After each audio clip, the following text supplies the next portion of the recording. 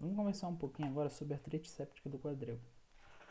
A artrite séptica do quadril, ela é mais prevalente em crianças de 1 a 2 anos.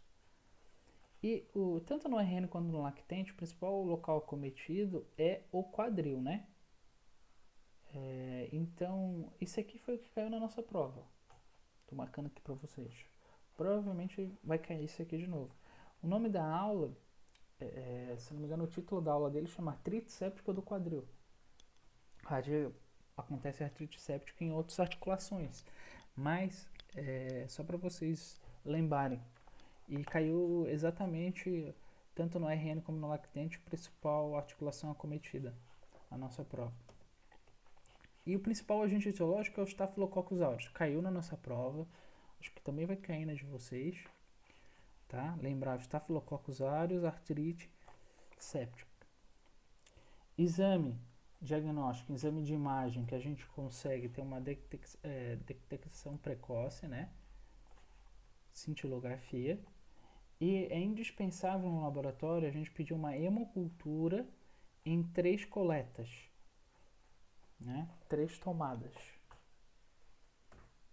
E lembrar também dos critérios de Kucher. Lembra do macete: 1, 2, 3, 4.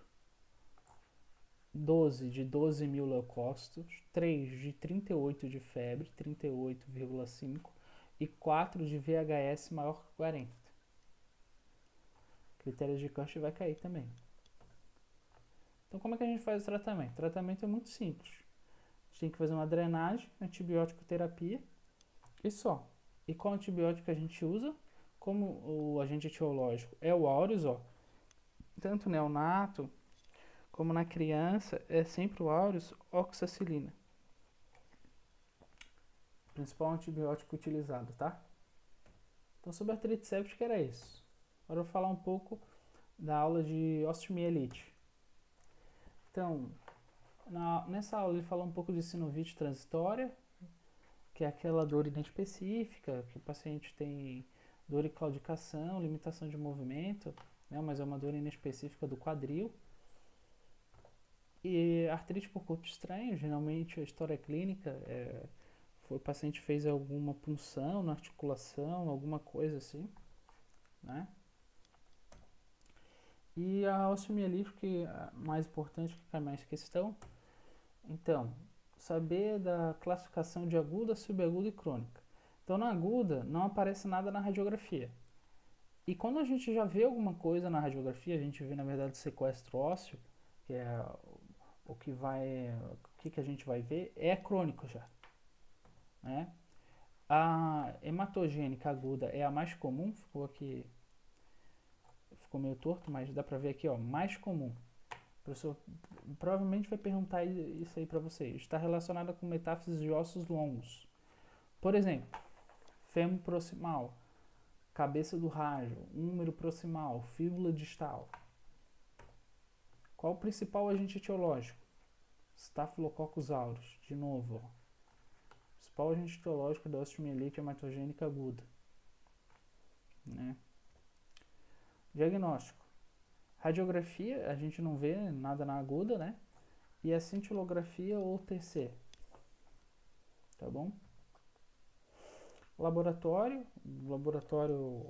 leucocitose, PCR. E na subaguda, principal agente etiológico, além de Streptococcus, Staphylococcus de novo. E na crônica? Crônica vocês têm que saber isso aqui, ó. A marca principal é o sequestro ósseo no raio-x. Isso aqui que ele vai perguntar para vocês. Né? Se der um caso que tiver um raio-x com sequestro ósseo, crônica, osteomielite crônica. Era isso, então, tá, gente? Eu botei só o que realmente eu acho que ele vai perguntar para vocês. Agora, lesões ortopédicas do membro inferiores é o seguinte. Fiz esse resuminho aqui, ó, inicial para vocês. Que tem que saber o que é a patologia. E se tiver um teste específico, vocês têm que saber o teste. Sobre etiologia, diagnóstico e tratamento, isso não muda quase nunca. Etiologia geralmente é trauma, doença degenerativa, diagnóstico é clínico mais uma imagem. raio-x, ultrassom, ressonância, e o tratamento geralmente é conservador, com fisioterapia, analgésico, do fortalecimento dos músculos envolvidos na fisioterapia. E se tiver alguma coisa específica, daí eu vou falar para vocês. Então vamos começar aqui, ó, sacro e leite. Sacro e leite é um processo inflamatório do sacro com o ilho, como o nome já diz, ó, sacro e leite, né? Que é dividir sacro e leite. O que vocês têm que saber disso aqui é essa manobra aqui, ó, Patrick Faberi. Faberi é um macetezinho para memorizar, ó, F de flexão, AB de abdução e RE de rotação externa, tá? Então a professora vai botar uma sacro leite, ela vai botar Faduri no teste. Ela vai tentar confundir vocês aqui, ó. Patrick Faberi, tá? Bloco sacro leite é o teste que a gente vai testar isso aí. A gente tem que testar a flexão, abdução e rotação externa é o Patrick Faberi. Pubalgia, ó, o que o nome já diz pra gente, ou pubeite, é uma doença que vai acometer a região púbica. Então é um desequilíbrio muscular entre a musculatura adutora e a musculatura do reto abdominal, né? A musculatura do abdômen. Então, como que será o tratamento? O tratamento eu tenho que atuar com fisioterapia nesses dois músculos. Teve uma questão, se eu não me engano, o professor Marco deu pubalgia também nas lesões por esporte, e ele botou uma questãozinha que ele só trocava o músculo. Em vez de fortalecimento do reto abdominal, ele botou reto femoral. Então ficar atento a isso. Lesão labral do quadril ou síndrome por impacto, né? Então aqui tá, ó, teste de Faduri. A gente sabe, né? A gente tem o labro, que está o acetábulo, né? E o labro é essa região, né? Em torno, que é o que está marcando ali, né?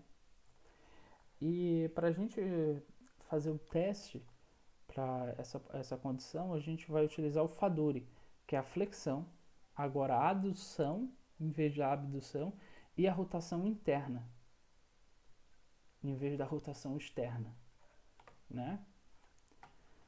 A doença é uma alteração na posição do acetábulo ou na forma da cabeça femoral, né? Como está dizendo ali.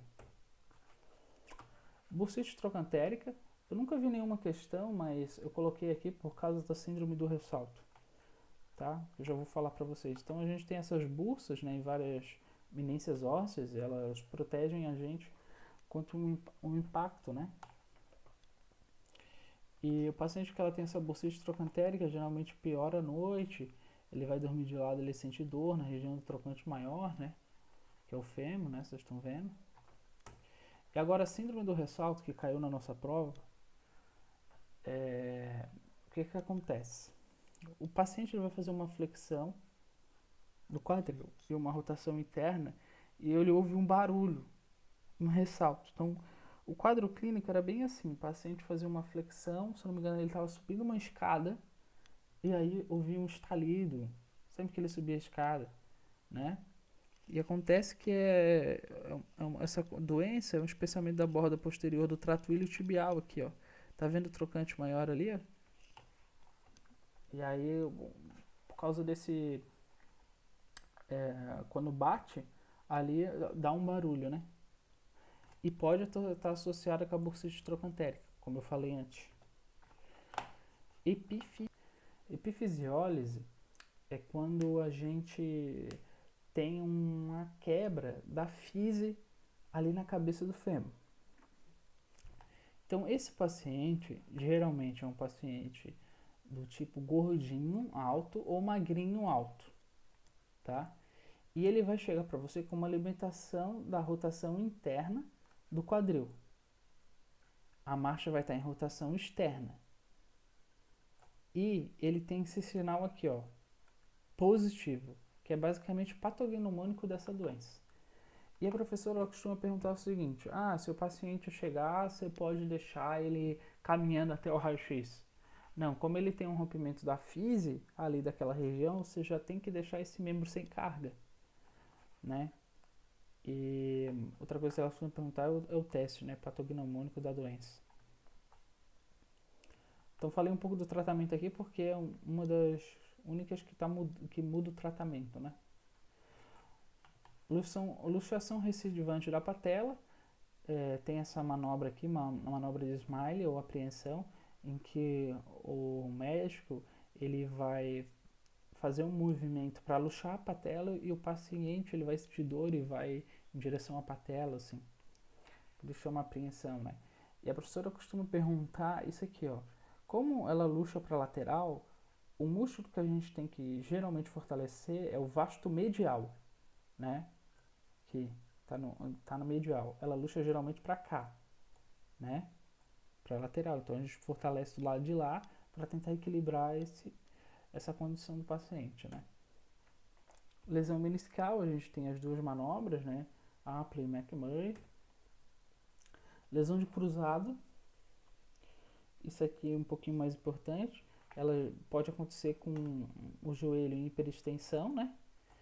Ou quando o paciente ele faz um valgo do joelho associado a uma rotação externa do membro inferior com o pé fixo.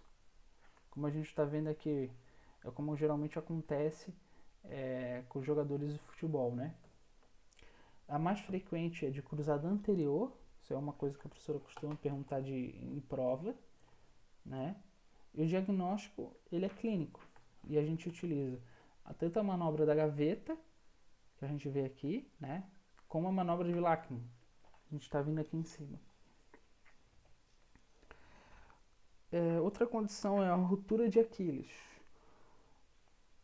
A ruptura do tendão de Aquiles, né, que é esse tendão que fica aqui atrás, que ele vai pegar toda a região do gastrognêmico. A história clínica geralmente é assim, o paciente está jogando bola e ele sente que jogaram uma pedrada no pé dele. Até alguns falam que jogaram uma pedrada. E aí por isso tem esse aqui, o sinal da pedrada. E esse teste de Thompson é o seguinte: se está o tendão preservado e eu apertar o gastrognêmico, o pé vai se mexer, né? Ó, se eu apertar, o pé vai fazer uma flexão plantar. Agora, se o tendão tiver rompido, não vai acontecer nada. Então esse é o teste de Thomas. Sobre maus tratos, que vai cair na prova de vocês, lembrar das fraturas que são características dos maus tratos, né? Fraturas especiais, fraturas metafisárias. O osso, na metáfise, é um osso duro, então por isso uma fratura metafisária é um indicativo de maus tratos. Fratura epifisária, mesma coisa. Fratura tanto de costela ou escápula, né? Coluna. A professora até na aula ela falou daquela condição da fratura de coluna sacral, que a mãe bota a criança que não pode ficar sentada. Fratura diafisária de fêmur em criança que não anda, né? E lembrar também da queimadura em luva ou meia, que é aquela queimadura que o agressor ele segura a mão da criança dentro de uma água quente e tira, e sai a marca certinho da queimadura na mão. Tem outra condição que é essa condição aqui que pode acontecer essas hemorragias, né, de fundo de olho, que são sugestivas de maus tratos. E era isso, pessoal. Boa sorte amanhã.